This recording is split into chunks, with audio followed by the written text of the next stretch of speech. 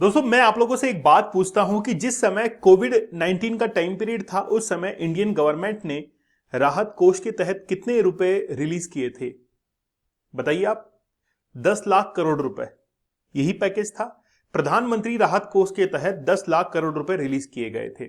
कल मैं comment section पढ़ रहा था, एक विद्यार्थी से कह रहे थे कि सर आप एक काम किया कीजिए, शक्तिमान की तरह एंट्री लिया कीजिए। चलिए, तो मुझे बड़ा हंसी आई उस कमेंट को पढ़कर। तो जिस समय प्रधानमंत्री राहत कोष का जो पैसा रिलीज किया गया वो 10 लाख करोड़ था। आपको पता है अमेरिका ने ईरान के साथ में युद्ध लड़ने के अंदर $1 ट्रिलियन इकोनॉमी खर्च कर दी है। 95 लाख करोड़ रुपए खर्च कर दिए हैं। इतने में कम से कम 10 देशों के अंदर पूरी इकोनॉमी बैलेंस हो सकती है। पाकिस्तान जैसे लगभग 40 देश चल सकते हैं।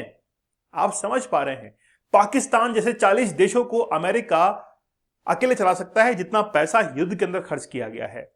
आज हम लोग ये देखने वाले हैं कि आखिरकार महंगाई कितनी बढ़ने वाली है। और ये डेफिनेटली है, अगस्त के महीने में आप देखेंगे कि महंगाई अपनी चरम पर होगी। अगर आपको ये लगता है कि मेरे पास में गाड़ी नहीं है, मैं फ्यूल का कंजप्शन नहीं करता हूं, खाना तो खाते हैं ना, सब्जी तो खाते होंगे, रोटी तो खाते होंगे, वो जहां से आती है उसमें भी ट्रांसपोर्ट का खर्चा लगता है। वो जो ट्रांसपोर्ट का खर्चा लगता है वो भी फ्यूल से चलता होगा और वो भी ट्रांसपोर्ट की अपने रेट्स बढ़ाएगा और वैसे ही सब्जियां वगैरह इनकी रेट बढ़ेगी। तो आप बचने वाले नहीं हैं। आगे आने वाले समय के अंदर महंगाई बहुत हद तक बढ़ने वाली है। आईएमएफ ने रिसेंटली इस बात को क्लियर कर दिया है कि अगर ये युद्ध यूं ही चलता रहा तो आगे आने वाले कुछ महीनों के अंदर महंगाई अपने चरम पर होगी। चलिए, बड़ा इत्मीनान से बात करेंगे, लेकिन आईएमएफ के चीफ जो है पियरे ओलिवर, उन्होंने रिसेंटली कहा कि ये अगर लंबी चलती है लड़ाई तो ग्लोबल इकोनॉमिक ग्रोथ जो है उसके ऊपर एक इंपैक्ट पड़ने वाला है। ये इन्होंने 9 अप्रैल 2026 को कहा। केवल एक बार नहीं, कई बार कहा है। फिर 13 अप्रैल को फिर से स्टेटमेंट आया और रिसेंटली कल के रोज से फिर से स्टेटमेंट आ गया। तो कुल मिला के बात यह है कि वर्ल्ड इकोनॉमी जो है वो कहीं ना कहीं इंपैक्ट होने वाली है बहुत जबरदस्त तरीके से। दोस्तों आप लोग को पता है कि मैंने पहले 75 डेज का हार्ड चैलेंज शुरू किया था, उसके बाद में 100 डेज का हार्ड चैलेंज, अब 50 डेज का हार्ड चैलेंज शुरू होने के लिए जा रहा है। अगर आपको लगता है कि पहले वाले हार्ड चैलेंज ने कुछ ना कुछ आपकी जिंदगी के अंदर एड ऑन किया, आज भारतीय युवा की सबसे बड़ी जो कमजोरी है वो है पोर्नोग्राफिक कंटेंट। जिस तरीके से हमारे इंडिया के यूथ को मिसगाइड किया जा रहा है, ये सॉफ्ट पोर्नोग्राफिक कंटेंट दिखाकर इंस्टाग्राम पर, खासतौर पर यूट्यूब के ऊपर खासतौर पर आप देखेंगे कि ऐसी साइट्स रन हो रही हैं। तो मैं ये चाहता हूं कि आप इस एडिक्शन से बाहर निकलें। एक चैलेंज लें, हम लोग डेली लाइव क्लास लेंगे, एक परफेक्ट टाइमिंग पे आएंगे और आपको एक रियल लाइफ स्टोरी बताएंगे कि आखिरकार उन्होंने इस चीज को देखा, किया तो उनकी लाइफ कहां पर पहुंच गई, किस तरीके से अर्श से फर्श पर आ गए। ठीक है, चैलेंज मैं आप लोग को दूंगा तो 50 डेज तक लगातार आपको चैलेंज मिलने वाला है। आपको इन 50 डेज के अंदर कुछ करके दिखाना है, चाहे एग्जाम क्रैक कीजिए, बिजनेस सेटअप कीजिए, जो भी आपको करना है वो करिए। ठीक है, लेकिन ये चैलेंज वापस से शुरू होने के लिए जा रहा है। अब मुझे बता दीजिए कि आप लोग इसको एक्सेप्ट करते हैं कि नहीं करते। मैं कुछ पहले देशों के बारे में आपको बताऊंगा। सबसे पहले चाइना के बारे में मैं आपको बताता हूं कि चाइना आज इतना इंपैक्ट क्यों नहीं हो रहा है। चाइना ने कम से कम अपने पूरे देश के लगभग 40% एरिया को कवर कर दिया है सोलर पैनल से। आप समझ पा रहे हैं, आज सोलर पैनल जो है वो पूरे चाइना के अंदर लगभग 40% आप देखिए वो कवर हो चुका है। इतनी एनर्जी वो सोलर एनर्जी, विंड एनर्जी, जो ट्रेडिशनल एनर्जीज हैं उनसे वो कन्वर्ट कर रहा है। सोलर पैनल आज जान बन चुके हैं चाइना के, और चाइना के पास में इतना रिजर्व है कि चाइना 200 डेज तक विदाउट एनी फ्यूल सस्टेन कर सकता है। 200 डेज तक, 200 दिनों तक जो है सस्टेन कर सकता है, क्योंकि चाइना ने ऑलरेडी अपने जितने भी स्टोरेज थे फ्यूल के उसको फुल किया हुआ था। उसको पता था कि कुछ ना कुछ ऐसा होगा और ये हमेशा के लिए सस्टेन ही करेंगे, क्योंकि चाइना के अंदर सोलर पैनल जो हैं उनसे आज पूरा लगभग देश चल रहा है। इसके बाद में रशिया की हम लोग बात करते हैं, रूस की। रशिया भी इससे इंपैक्ट नहीं होगा। क्यों नहीं होगा? क्योंकि अमेरिका ने सैंक्शंस लगाए रशिया के ऊपर और रशिया के ऑयल रिजर्व जो थे वो पूरे भरे हुए थे। क्योंकि उसको एक्सपोर्ट करने के लिए कोई देश ही नहीं मिल रहे थे। इंडिया जो कि एक इंपोर्टर कंट्री है रशिया के लिए, और रशिया ने कहा कि इंडिया जो है वो रुपीस के अंदर हमको पेमेंट कर सकता है। तो रशिया के ऊपर जो सैंक्शंस लगे थे ऑयल रिजर्व्स को लेकर, एक्सपोर्ट को लेकर, वो आज रशिया के काम में आ रहे हैं। तो ये दुनिया उस तरफ लड़ रही है अपने फ्यूल कंजप्शन को लेकर। रशिया और चाइना जो है वो काफी आगे निकल चुके हैं। ठीक है, इतनी बात आपको समझ में आई। अच्छा, मैं थोड़ा सा आपको इकोनॉमी के बारे में बताता हूं। रिसेंटली क्या हुआ, आईएमएफ, इंटरनेशनल मॉनेटरी फंड, जो कि वर्ल्ड बैंक का ही एक बॉडी है, दोनों को आफ्टर सेकेंड वर्ल्ड वॉर बनाया गया ताकि ग्लोबल इकोनॉमी सस्टेन कर सके, ग्लोबल इकोनॉमी के ऊपर इंपैक्ट ना आए। वर्ल्ड बैंक जो है वो जितने भी डेवलपमेंट होते हैं उनके लिए वो लोन प्रोवाइड करता है, और आईएमएफ क्या करता है कि जिन भी देशों को पैसों की जरूरत होती है उन देशों को ये फंड जो है वो प्रोवाइड करवाता है। जैसे पाकिस्तान को फंड प्रोवाइड करवाया किसने, आईएमएफ ने। और जितने भी डेवलप के लिए प्रोजेक्ट होते हैं, डेवलपमेंट के लिए, वहां पर फंड कहां से आता है, वर्ल्ड बैंक से आता है। तो आईएमएफ ने रिसेंटली क्या कहा कि हम लोग इस कोशिश के अंदर लगे हुए थे कि जो इन्फ्लेशन रेट है वो 4.1 से घटकर जो है वो 3.8% पर आ जाएगी। लेकिन जैसे ही यूएसए और ईरान का वॉर हुआ, ये 4.2 से बढ़कर 4.4% पर जो है वो आ चुकी है, और आगे आने वाले समय में और बढ़ जाएगी। तो आईएमएफ ने रिसेंटली इसके लिए क्या कर दिया है, अवेयर कर दिया है कि आगे आने वाले समय में महंगाई जो है वो बढ़ने वाली है। और डेटा देखिए आप, और डेटा देखिए, 3.2% जो है वो पूरे विश्व की इकोनॉमी की, ग्लोबल इकोनॉमी जो ग्रोथ रेट है वो 3.2% पे थी। अब ऐसे कयास लगाए जा रहे हैं कि लगभग अगस्त सितंबर के महीने तक ये केवल 2% तक आ जाएगी, 2% तक। तो वहां पर इन्फ्लेशन रेट बढ़ रही है, महंगाई बढ़ रही है, और यहां पर क्या होगा, ग्लोबल इकोनॉमिक जो ग्रोथ रेट है वो कम हो रही है। क्योंकि जब इंसान के पास में पैसा ही नहीं होगा, पहले वो मान लीजिए कि 200 रुपए के अंदर 20 सामान खरीदा करता था, 20 प्रोडक्ट, अब वो 200 रुपए के अंदर ये मान के चलिए कि मैक्सिमम जो है वो खरीद पाएगा 12 प्रोडक्ट के आसपास। तो ये 8 प्रोडक्ट जो पहले कंज्यूम करता था, इसको वो कैसे अब कंज्यूम करेगा? तो या तो वो कंज्यूम करना बंद कर दे, लेकिन हो सकता है कि उसकी लाइफ के लिए बहुत नेसेसरी हो, मस्ट की कैटेगरी में हो, ये 8 प्रोडक्ट बहुत जरूरी हो सकते हैं। तो आप मुझे बताइए कि ये जो इंसान है 200 रुपए के अंदर 20 प्रोडक्ट खरीदने वाला, वो 12 के अंदर कैसे गुजारा करेगा? तो महंगाई जो दर है वो धीरे धीरे बढ़ती चली जाएगी।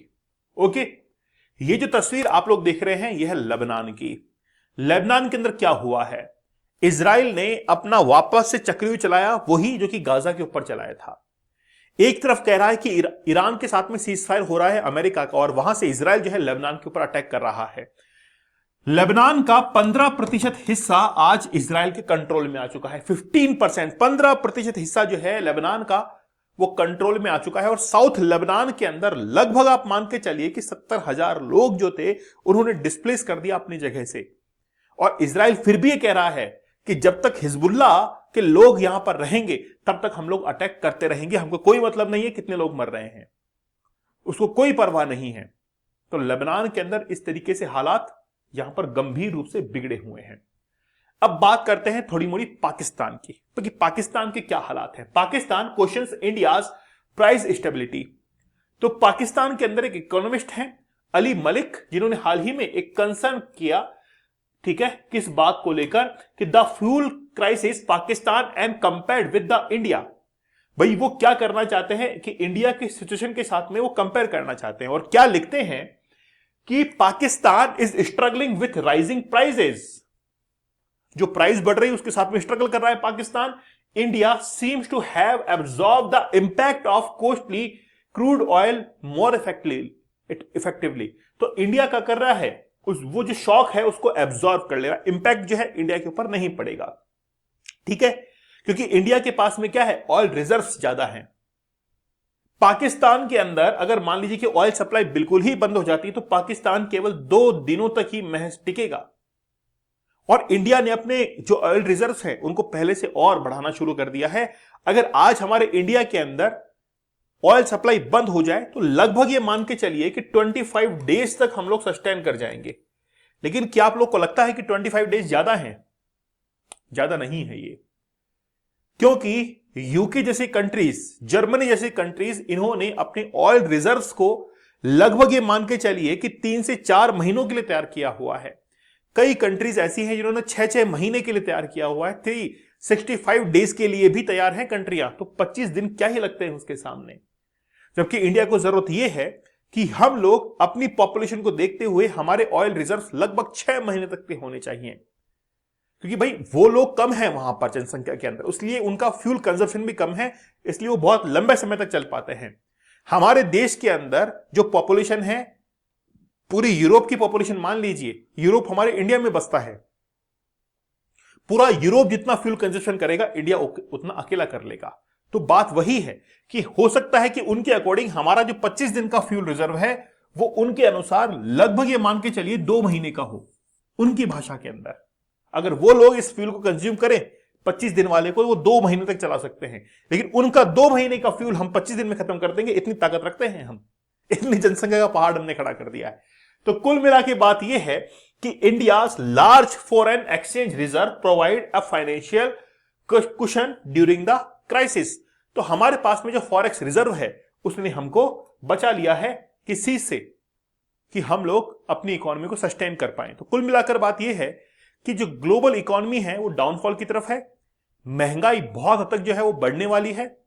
साथ ही में आईएमएफ के चीफ इकोनॉमिस्ट जो है उन्होंने 2022 के अंदर एक बात कही थी। वो बात क्या थी कि भारत में $10 ट्रिलियन इकोनॉमी बनने का मादा है, $10 ट्रिलियन इकोनॉमी। और देखिए जब ये बातें कही जाती है ना, उस समय हम लोग पाकिस्तान के साथ में, बांग्लादेश के साथ में उलझे रहते हैं, है ना। इंटरनल जो पॉलिटिक्स है, कभी बंगाल के अंदर चुनाव, कभी इसमें चुनाव, कभी 13 चुनाव, सरपंच का चुनाव, अरपंच का चुनाव। लेकिन उस समय क्या होता है, उस समय ये लोग बयान देते हैं, उस समय स्पीच देते हैं कि भारत ने अगर ये काम कर लिए तो भारत की इकोनॉमी $10 ट्रिलियन तक पहुंच सकती है। हम लोग क्या कहेंगे, बेवकूफ बना रहा है। लेकिन जब मैंने इस आर्टिकल को पूरा पढ़ा तो वाकई में इस बंदे ने कह दिया था कि हमारे जो ऑयल रिजर्व्स हैं वो इंडिया को बढ़ाना पड़ेगा, इंडिया के फॉरेन एक्सचेंज को बढ़ाना पड़ेगा, और इंडिया जो है वो $10 ट्रिलियन इकोनॉमी पहुंच जाएगा। लेकिन हम लोग ध्यान नहीं देते।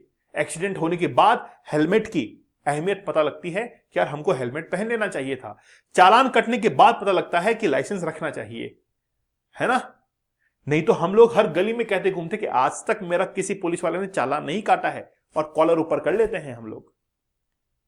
तो जब ये लोग स्पीच देते हैं, अपने शब्दों के अंदर कहते हैं कि इंडिया यहां तक पहुंच सकता है, और वो कह रहे हैं कि कदम उठाने पड़ेंगे इंडिया को ये, लेकिन हम लोग इंटरनल पॉलिटिक्स के अंदर ज्यादा इंटरेस्ट लेते हैं कि यार अब ये हो गया, अब वो हो गया।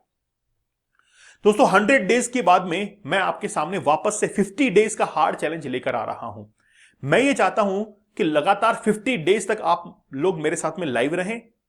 मैं चैलेंज आपको दूं कि आज ये करना है, आज ये करना है, और उस तरीके से आप चैलेंज को एक्सेप्ट करें। क्या चीज नहीं करनी है, क्या करना है, और 50 डेज के अंदर आप अपने कंसंट्रेशन और फोकस को इंप्रूव कर लें और अपने टारगेट को हिट करें। इससे पहले हमने 75 डेज का हार्ड चैलेंज, 100 डेज का हार्ड चैलेंज, या कंबाइंड आप लोग 175 डेज का हार्ड चैलेंज भी ले सकते हैं। आप लोग मुझे दीपक इंदर ऑफिशियल टेलीग्राम पर जरूर ज्वाइन कर लीजिएगा, अब काम में आने वाला है। चैलेंज के समय वापस से टेलीग्राम चैनल जरूर ज्वाइन कर लीजिएगा आप। अगर आप ज्वाइन करना चाहते हैं तो कमेंट सेक्शन में जरूर एग्री कर दीजिएगा। तो चलिए मिलते हैं आप लोगों से नेक्स्ट सेशन के अंदर। तब तक धन्यवाद, थैंक यू, जय हिंद।